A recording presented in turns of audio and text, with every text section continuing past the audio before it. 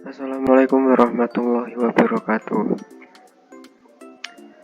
Perkenalkan, nama saya Dimas Sugeng Setian dari kelompok 7 Ekonometri Tatris Matematika 6D. Kami di sini akan mempresentasikan tugas kami. Kami memiliki anggota yaitu yang pertama Dimas Sugeng Setiawan, Dewi Nikmatus Solika, Haifa Dian Aulia, dan yang terakhir Rahayu. Langsung saja kita ke materi. Perhitungan regresi sederhana. Sifat panduga A dan B. Panduga A dan B yang diperoleh dengan metode kuadrat terkecil tersebut base linear unbase estimator atau disingkat dengan BLU. Suatu penduga dikatakan BLU atau base linear unbase estimator dari parameter jika satu linear, tak bias, dan mempunyai varians terkecil. Dengan kata lain, suatu panduga disebut BLU jika fungsinya linear dan efisien, atau tak bias dan terbaik. Selanjutnya, koefisien konsentrasi. Seperti yang telah dijelaskan pada subbab sebelumnya, setelah nilai A dan B diperoleh, maka kita dapat membuat garis regresinya. Garis regresi sampel sebenarnya menggambarkan variasi Y akibat adanya variasi X. Nah, untuk ini para ahli statistik ingin mengetahui berapa besarnya 1. Akibat variasi nilai Y terhadap nilai X, dan Y dapat dijelaskan oleh garis regresinya. Yang kedua, akibat variasi nilai Y terhadap nilai X dan dapat dijelaskan oleh garis regresinya. Yang ketiga, akibat variasi nilai Y terhadap nilai X secara keseluruhan.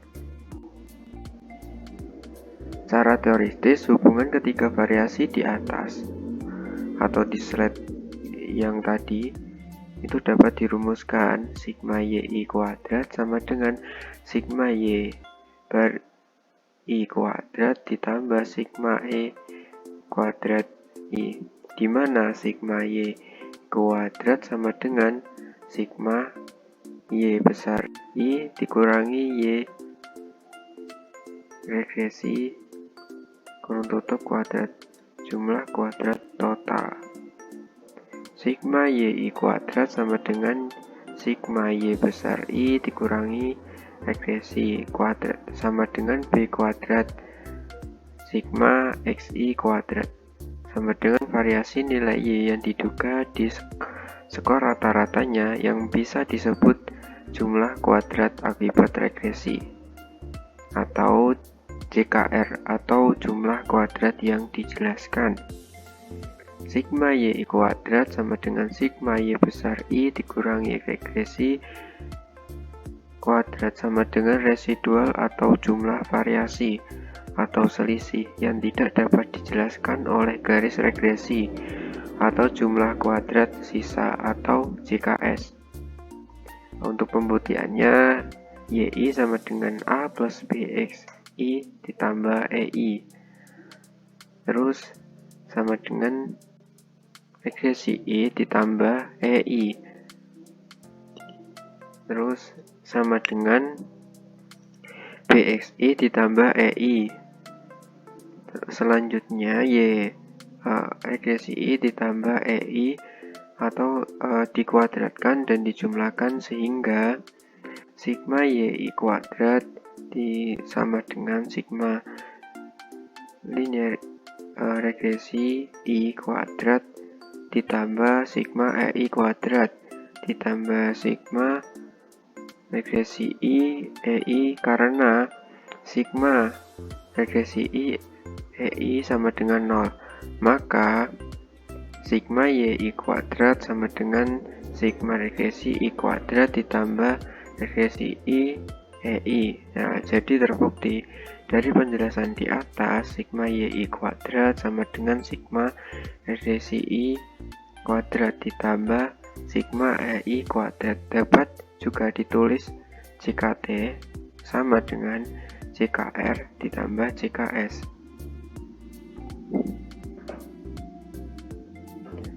Hal ini menunjukkan bahwa total nilai varians Y yang diamati di sekitar nilai rata-rata dapat dipisahkan menjadi dua bagian, yaitu bagian diakibatkan oleh garis regresinya dan sebagian disebabkan oleh kekuatan random, atau tidak semua pengamatan Y terletak pada garis yang dicocokkan. Jika JKT sama dengan JKR ditambah JKS dibagi dengan JKT akan diperoleh 1 sama dengan JKR per JKT, atau JKR dibagi JKT ditambah JKS dibagi JKT. JKR dibagi JKT menunjukkan variasi yang dapat ditunjukkan oleh regresinya, dan JKS dibagi JKT menunjukkan variasi yang tidak dapat ditunjukkan oleh regresinya. Untuk materi selanjutnya akan disampaikan oleh teman saya Dwi Nikmatus Solika. Waktu dan tempat saya persilahkan. Assalamualaikum warahmatullahi wabarakatuh. Selanjutnya yaitu koefisien determinasi. Koefisien determinasi R kecil kuadrat untuk kasus regresi sederhana atau R besar kuadrat untuk kasus regresi berganda merupakan ukuran yang menyatakan seberapa baik garis regresi sampel cocok atau sesuai dengan datanya. Jadi, R kecil kuadrat atau R besar kuadrat menggambarkan presentase jumlah variasi yang benar-benar dapat dijelaskan oleh garis regresi linearnya.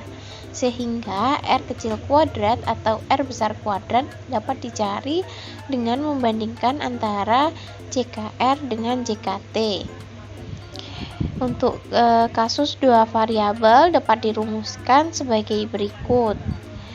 R kecil kuadrat sama dengan JKR dibagi dengan JKT sama dengan Y topi kuadrat dibagi dengan YI kuadrat sama dengan B kuadrat jumlah XI kuadrat dibagi dengan jumlah YI kuadrat sama dengan jumlah YI topi dikurang Y bar dikuadratkan dibagi dengan jumlah dalam kurung Y I dikurang Y bar dikuadratkan, atau R kecil kuadrat sama dengan 1 dikurang jumlah epsilon I kuadrat dibagi dengan jumlah YI kuadrat. Selanjutnya yaitu sifat dan kegunaan koefisien determinasi. Koefisien determinasi mempunyai sifat-sifat sebagai berikut, yaitu yang pertama, nilai koefisien determinasi selalu non-negatif. Yang kedua, nilai terkecil koefisien determinasi adalah 0 dan yang terbesar adalah 1, sehingga dapat dinyatakan koefisien determinasi atau suatu nilai statistik yang dapat digunakan untuk ukuran ketetapan atau kecocokan suatu garis regresi. Yang kedua, untuk mengetahui besarnya sumbangan variabel bebas X terhadap variasi naik turunnya variabel Y dari persamaan regresi tersebut. Nah, dari sifat dan kegunaan koefisien determinasi ini, suatu ukuran yang berhubungan erat dengan R kecil kuadrat tetapi berbeda konsep itu adalah koefisien korelasi yang seperti sudah dijelaskan merupakan suatu ukuran tingkat hubungan antara dua variabel. Ukuran tersebut dapat dihitung dari rumus tersebut dan perlu dicatat bahwa R kecil kuadrat adalah suatu ukuran yang lebih berat daripada R karena R kecil kuadrat menunjukkan proporsi variasi variabel tak bebas yang dijelaskan oleh variabel bebas dan oleh karena itu memberikan suatu ukuran keseluruhan mengenai sejauh mana variasi dalam satu variabel untuk menentukan variasi dalam variabel lain yang tidak mempunyai kekuatan seperti itu. Selanjutnya yaitu asumsi kenormalan yang akan disampaikan oleh rekan saya. Assalamualaikum warahmatullahi wabarakatuh. D. Asumsi kenormalan. Dalam pembahasan sebelumnya, kita telah membuat asumsi mengenai distribusi probabilitas dari kesalahan pengganggu atau error, yaitu bahwa kesalahan pengganggu mempunyai nilai yang diharapkan rata-rata 0, tidak berkorelasi, dan mempunyai varians konstan. Jika tujuan kita hanya melakukan pendugaan titik, maka metode kuadrat terkecil biasa atau OLS sudahlah mencukupi. Tetapi jika tujuan kita tidak hanya sekedar melakukan pendugaan, melainkan juga pembuatan perkiraan interval A dan B, dan pengujian hipotesis yang didasarkan pada hasil perhitungan sampel A dan B, asumsi distribusi probabilitas kesalahan pengganggu sangatlah diperlukan. Pada umumnya, kita menganggap bahwa distribusi probabilitas kesalahan pengganggu mengikuti distribusi normal. Model regresi seperti itu disebut model regresi linear normal klasik. Regresi linear normal klasik mengasumsikan bahwa tiap kesalahan pengganggu didistribusikan secara normal dengan rata-ratanya sama dengan 0, variansnya sama dengan sigma kuadrat, kovarians kesalahan pengganggu I dan kesalahan pengganggu J sama dengan 0, dengan I tidak sama dengan J. Asumsi ini secara ringkas dapat dinyatakan kesalahan pengganggu didistribusikan sebagai distribusi normal dengan rata-rata 0 dan varian sigma kuadrat. Perlu ditegaskan bahwa dua variabel yang didistribusikan secara normal dengan kovarians atau korelasi 0 berarti dua variabel tersebut independen. Jadi asumsi itu berarti bahwa kesalahan pengganggu I dan kesalahan pengganggu J bukan hanya tidak berkorelasi tetapi juga independen. Selanjutnya alasan pada asumsi kenormalan. Yang pertama, kesalahan pengganggu merupakan kesalahan yang disebabkan karena adanya variabel-variabel yang mempengaruhi Y, tapi tidak dimasukkan dalam model regresi. Diharapkan bahwa variabel-variabel yang tidak dimasukkan dalam model regresi tersebut kecil dan bersifat acak.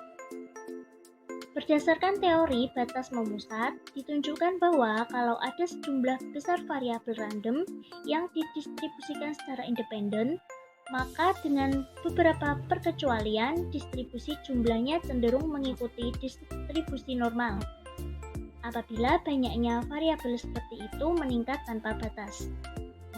Teori inilah yang dijadikan pedoman untuk asumsi kenormalan dari distribusi probabilitas kesalahan pengganggu.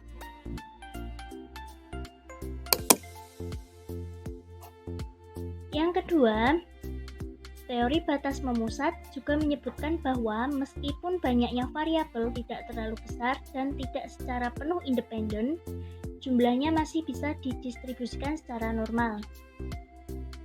Selanjutnya yang ketiga, dengan asumsi kenormalan, distribusi probabilitas penduga yang diperoleh dengan metode kuadrat terkecil biasa atau OLS dengan mudah dapat diturunkan, sebab merupakan sifat yang dimiliki distribusi normal bahwa setiap fungsi linear dari variabel-variabel yang didistribusikan secara normal dengan sendirinya didistribusikan secara normal pula.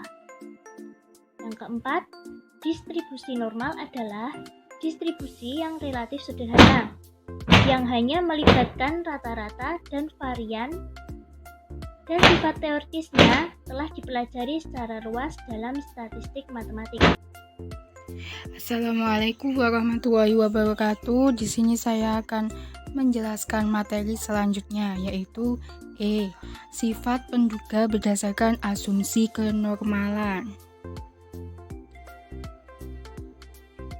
Dengan asumsi kenormalan, penduga A, B, dan SE kuadrat mempunyai sifat-sifat sebagai berikut, yaitu yang pertama, penduga tidak bias atau unbiased, di mana E dalam kurung buka kurung A sama dengan A, E buka kurung tutup kurung B sama dengan B, dan E buka tutup kurung SE kuadrat sama dengan sigma kuadrat. Yang kedua, penduga mempunyai varian terkecil. Penduga mempunyai sifat tidak bias dan varian terkecil disebut penduga yang efisien atau efisien estimator. Yang ketiga yaitu konsisten. Konsisten di sini artinya dengan meningkatkan jumlah sampel sampai tak terhingga, menyebabkan nilai penduga tersebut akan mendekati nilai parameter atau populasi yang sebenarnya. Yang keempat yaitu A didistribusikan secara normal dengan rata-rata E buka kurung A tutup kurung sama dengan A dengan varian E buka tutup kurung A sama dengan sigma A kuadrat. Atau bisa juga sigma A kuadrat sama dengan sigma kuadrat sigma X1 kuadrat dibagi N sigma 1 I kuadrat. Selanjutnya, atau lebih singkatnya dapat dinyatakan A negasi N buka tutup kurung A, sigma A kuadrat. Yang kelima yaitu B didistribusikan secara normal dengan rata-rata EB sama dengan B, varian EB sama dengan sigma B kuadrat. Atau sigma A kuadrat sama dengan sigma kuadrat per sigma X I kuadrat. Atau secara lebih singkatnya dapat dinyatakan B negasi N dalam kurung B, sigma B kuadrat tutup kurung. Yang keenam yaitu N-2 SE kuadrat per sigma kuadrat didistribusikan mengikuti distribusi chi-square dengan derajat bebas N-2. Yang ketujuh, A dan B didistribusikan secara independen dari SE kuadrat. Yang kedelapan yaitu 8 A dan B mempunyai varian terkecil dalam seluruh kelas penduga baik linier maupun non-linier. Terima kasih telah menonton video penjelasan dari kelompok kami dari awal hingga akhir. Apabila ada kurang lebihnya kami mohon maaf. Wassalamualaikum warahmatullahi wabarakatuh.